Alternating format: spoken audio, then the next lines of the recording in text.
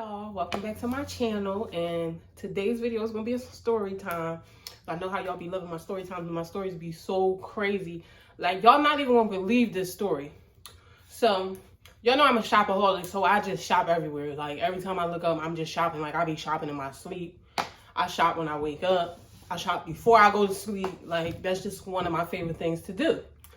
So y'all know a shopper loves to shop anywhere. Like, I love shopping for anything. I love shopping for food. I love shopping for furniture. I love shopping for anything. Like, you want me to shop for you, I shop for you. Like, I love shopping.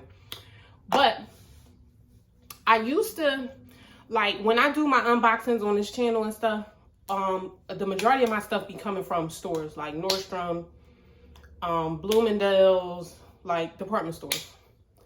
But occasionally I'll buy certain things from like different like resale sites like The Real or like Poshmark or little sites like that.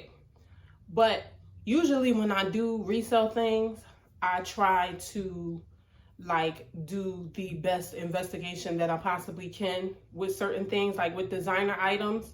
Like if you're going to buy a designer item secondhand, you literally have to like look at the item, scan it thoroughly. Like I'm talking about count all the stitches, look at all the thread, look at the texture of the thread, look at the handles, the number of stitching in the handles.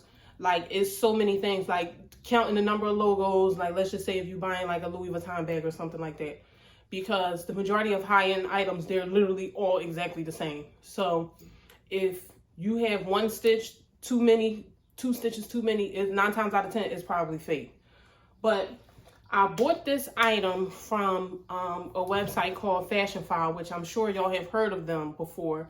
Now, I never really bought like stuff from them, but they had this one particular item that I saw on there, and I had made the account and I favorited it, and I put it on.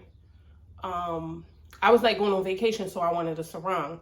So it was like this big Chanel scarf that I'm like, okay, this will work perfect for, you know, what I'm trying to do with it. So this was like the one item that I did not check, like literally check the stitching, check the squares, check how many, like check the measurements. Like I didn't check it. I just assumed that they were a reputable site and that everything was going to be fine. So I bought the scarf to go on vacation. I wore it one time, so I had it for years, and I was just like, So as I started cleaning out my closet and stuff and getting rid of old stuff, donating stuff and all of that, I started selling like some of my high-end stuff. So I posted the scarf on Poshmark because I only wore it once. So I posted the scarf on Poshmark. It was there for a minute because at first I had it up there as like not for sale, but then I put it for sale. So when I put it for sale, somebody literally bought it that next day. And with Poshmark, if you buy something over $500, they'll authenticate it for you for free. So I box the item up, I send it to Poshmark for them to do the investigation, you know, for them to authenticate the item. So next thing I know, it's coming back to me in the mail, and they talking about they couldn't verify the whether it was authentic or not. So they sent it back. So I'm like, okay, whatever. So the item was up there listed, you know, of course, as sold on my Poshmark. So the person that bought it, I'm like, you know, if you want me to post it on my personal site, I could post it on my personal site, and then you could just buy it off of there, because I don't know what they're talking about, but I got this from a reputable place, whatever. So me and the girl end up not doing a deal or whatever. But I reposted the scarf, and then the next thing I know, I get contacted from Poshmark, and they like, oh girl, you got a strike and all this other stuff because you selling this counterfeit item, and Chanel Inc. said that is not an authentic item. So I'm like, who, me? So I emailed FashionPhile immediately, and I was like, you know I bought this scarf years ago, but when I tried to resell it, I was having an issue. So they're like, oh, well, we don't know what their process is, whatever. But, you know, I gave them the numbers and all the information from when I originally purchased it from them.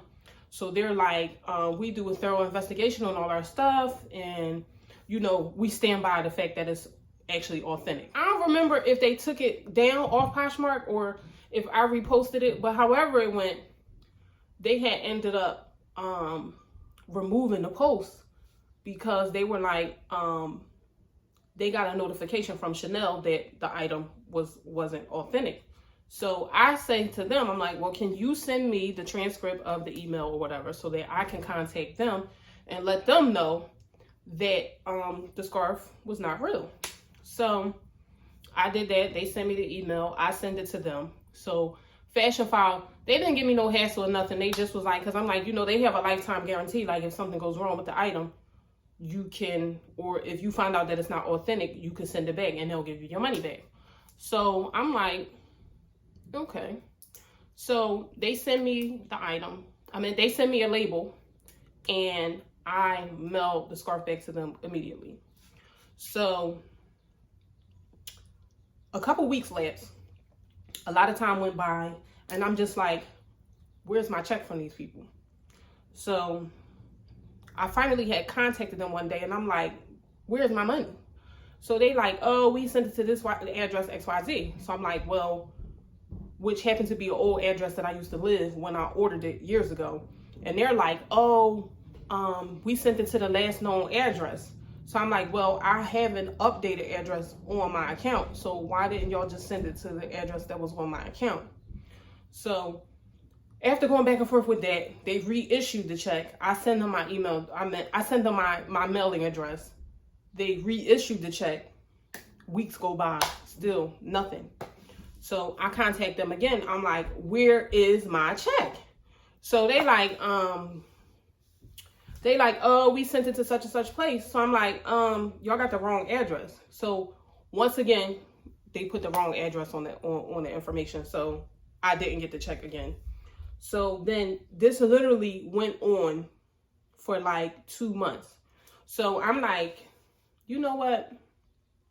It's whatever. Like if they took it and I got burnt or whatever, like at this point, I'ma just hold the L because I get tired of going back. I'm not going back and forth with nobody.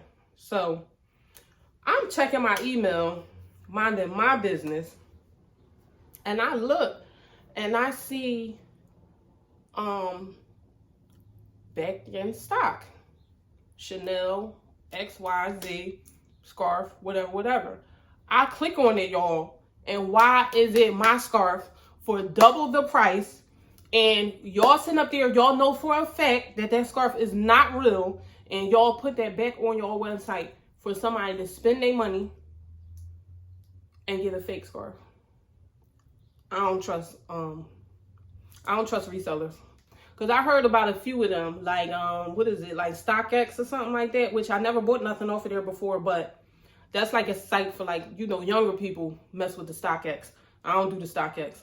But FashionPhile, they can forget it. I will never buy nothing else from them ever again because they really gave me the runaround and was playing games. And I literally, after I saw the email, I called them. I'm like, look, where's my check at? Because y'all ain't waste no time reposting that scarf.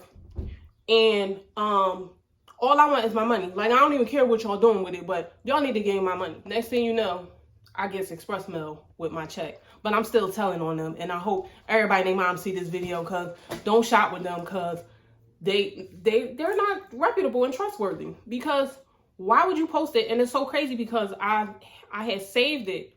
I saved the scarf on my email. I saved the scarf on my account. So when it came back in stock, it literally came to my email. And I looked, I'm like, wow, y'all are going to knowingly sell a scarf to somebody and y'all know that it's fake.